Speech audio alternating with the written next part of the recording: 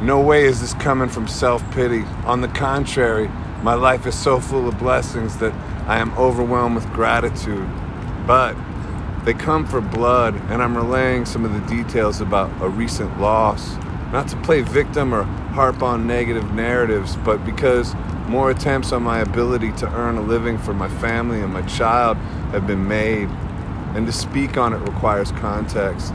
So I'm not complaining, I'm communicating, and sometimes the dirt is necessary for the flowers to grow. They come after your ability to make a living.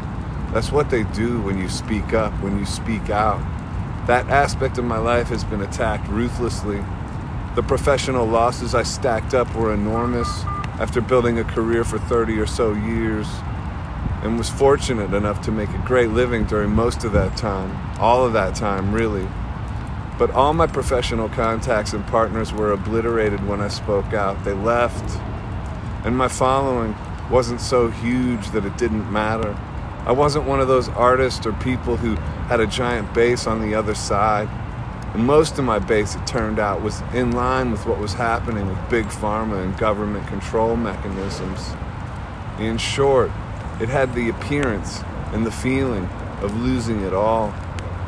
Gigs would get called by trolls and I would lose them. Smear pieces in the LA Times and others. Then they try to destroy you and they make it their mission to do just that. You aren't allowed another opinion. And if you have one, you aren't allowed to express it.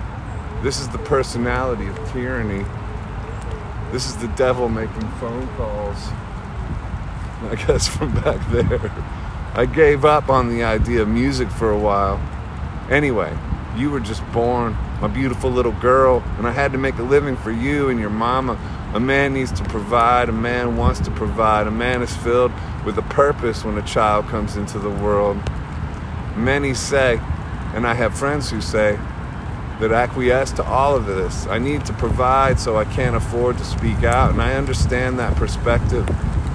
And many times, many days, I've regretted my choice to go the opposite direction. But I see what's going on as a spirit that will make an environment that is unlivable for my child in the future. And I'm not a purist. I think there are cases when it's better to just keep your head down and keep it moving.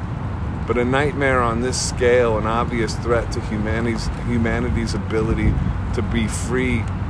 Against all that, we must fight. Against that, we must speak up. But even in a war, there are lines you don't cross. And I'm not comparing this to like a brutal war of blood and guts and on the battlefield or anything, but it's a kind of war. The Geneva Convention, for an example, you don't go after people that have no place in the battle. For these people to continually come after my ability to provide for my family shows a level to which they will stoop. There is no level too low. All for expressing an opinion, an opposing opinion about a controversial subject, an unchecked world government running rampant on the members of its society. In spite of all that, I got a new record deal and a new agent. The power of God to overcome, the power of music, a miraculous thing, really. The energy flooding back in. I have a case of new songs, a slew of songs, great ones, unreleased ones, the best I ever wrote, I mean it. And ready to explode on the public consciousness, or what consciousness is paying attention to this guy. The label is enthusiastic and we are sharing enthusiasm back and forth. They think it will be my best ever record and they aren't wrong. It's very strong. But after the announcement of our first single release, the trolls went after them and tried to discourage them, tried to take away again my ability to provide for my family, to provide for my 5.5-month-old baby, my baby girl. No moral qualms whatsoever, just attacking and attempting to condemn us, to destroy me and my family for the crime of speaking up, for the crime of questioning the questionable. Like walking through fire, you have to be brave. The world will try and stop you every step of the way. If you want liberation, they will call you a slave. If you want freedom mounting, they will dig up your grave. Like walking through fire, you have to be brave.